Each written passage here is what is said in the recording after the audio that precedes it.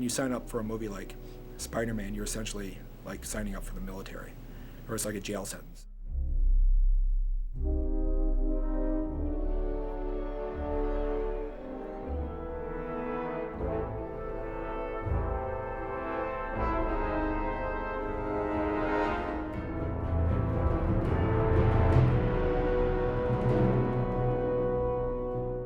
I had just wrapped up Spider-Man 1 like only a couple months prior, and I didn't think I was going to be coming out until maybe a month before production.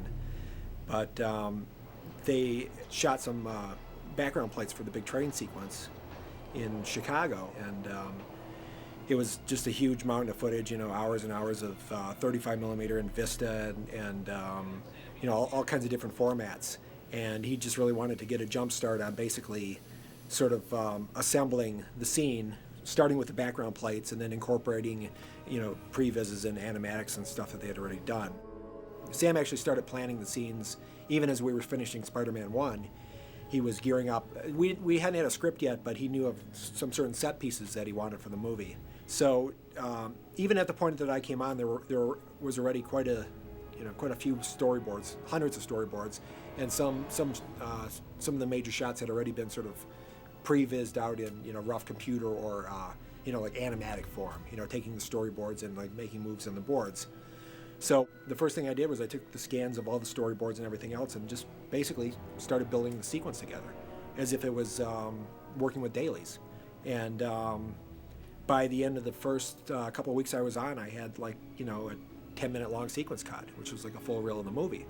That cut basically was used to try to figure out what we needed to do in terms of shooting. You know, it's crude, but you really get a feeling of how the scene is working and progressing. So you can do a lot of planning before, you know, like storyboards are for it, kind of plan it out on paper before you actually commit to shooting things and, you know, and spending the money.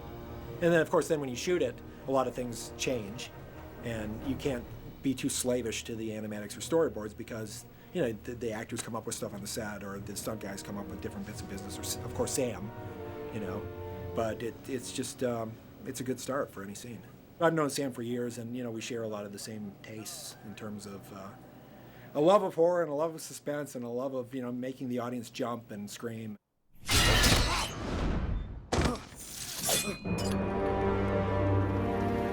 Hello, Harry. And just, you know, just a desire to sort of put on a good show for the kids. Part of the fun process of working on a movie like Spider-Man 2, or even Spider-Man 1, that it crosses so many genres. That, you know, on one hand it's sort of a drama, and on the other hand it's a horror picture, and, you know, it's an action movie, and it's a comedy, and it's sort of every genre. Anybody here take shop class?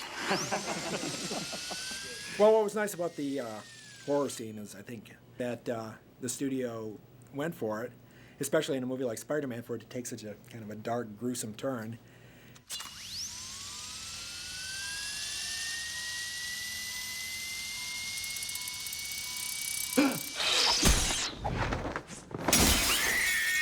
And we were worried, of course, that it wouldn't get a PG-13, and, you know, there's no blood, but it's still pretty intense, you know.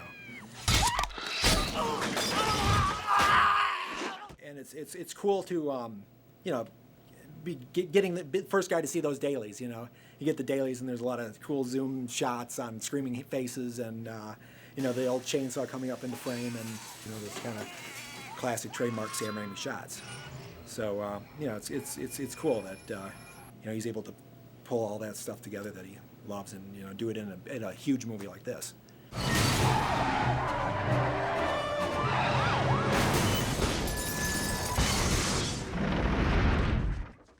You always have to be aware of what you need to tell the story. I think it's more important to that every shot in a sequence services the story and tells the story to its best way possible. And sometimes they have a maximum amount of impact. The shots need to be short, and, you know, I don't really see it as a stylistic thing as much as just sort of figuring out what's best for that given moment of a scene, what'll give the shot the most impact, or that part of the sequence. It's keeping the story moving and keeping everything super clear, crystal clear, within any given shot or moment. And then when you're in a dialogue scene, I think the most important thing in a dialogue scene is knowing when not to cut. I mean, the nice thing when you're working with really great actors is you can stay on them, and you can let a shot play out. I mean, there's a scene in this movie where Tobey's basically confessing that he feels he's responsible for the death of Uncle Ben, and the shot of Tobey with his speech was most powerful without any cuts at all. It happened so fast. I won the money and the guy wouldn't pay me. Then he got robbed. The thief was running towards me. I could have stopped him, but I wanted revenge. I mean, there's, I think, one cutaway to Aunt May at a certain point in the scene, but otherwise it's just, a minute of Tobey just basically telling the story. And it's nice when you can do that. And then you can just study the actor and the nuances of his emotion and performance. When I got in the footage for this montage, which it comes at a point in the movie where, Peter Parker has had so many bad things happen to him, and he's just so held down and so miserable for so long that he can't take it anymore, and finally he just gives up being Spider-Man, and he's free and doesn't have any responsibilities and can just live life as a normal human. It was like the first piece of music I went to for whatever reason, and I cut it in. I put the scene together, and I didn't even really cut the scene to it, and I went home and got the CD. I thought, I'm going to put that raindrops keep falling on my head because it's just like the epitome of these kind of scenes, and for some reason it just really worked. It caught all the cuts in some magical way. I mean, there were a couple cuts that I needed to adjust a frame or two, but pretty much the version of that scene that's in the movie is like the very first cut of that scene. Sorry. And feels like a huge amount of weight has been lifted off the character, and for the first time in his life since he's become Spider-Man, he's just truly free and has no worries in the world. I hope it's going to be introduced to a new generation of moviegoers who can be tortured by it as much as I was when I was a kid. Nothing's worrying me.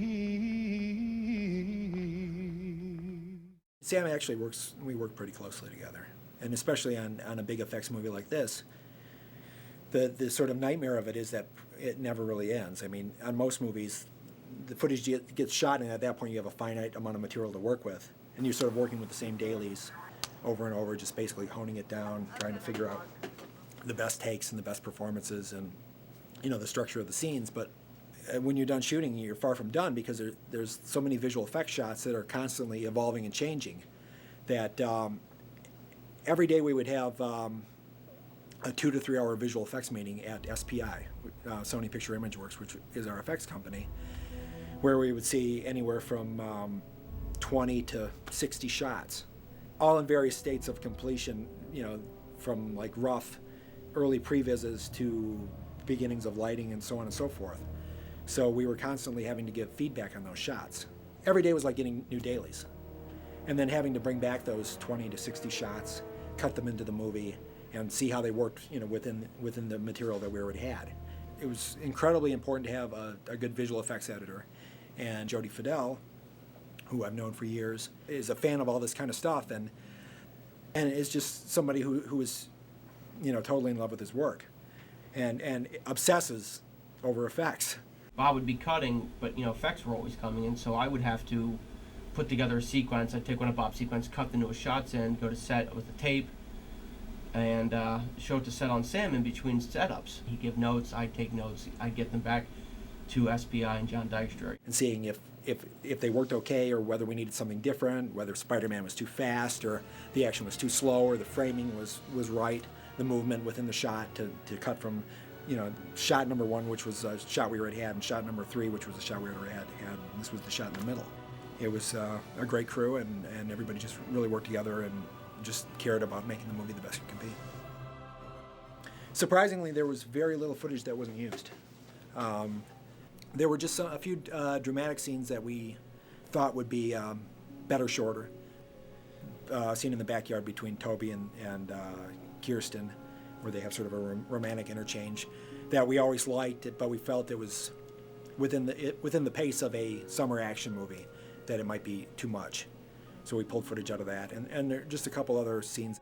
There's another scene between Peter Parker and the Russian girl who lives next door, the girl Ursula. It's a scene I always liked, but it didn't really fit into the end of the movie. Woo! Woo! Whoa! In a movie like this, there's no corners cut in terms of, getting what you need to do the job correctly, and then everybody sees it. So it's really gratifying on that level.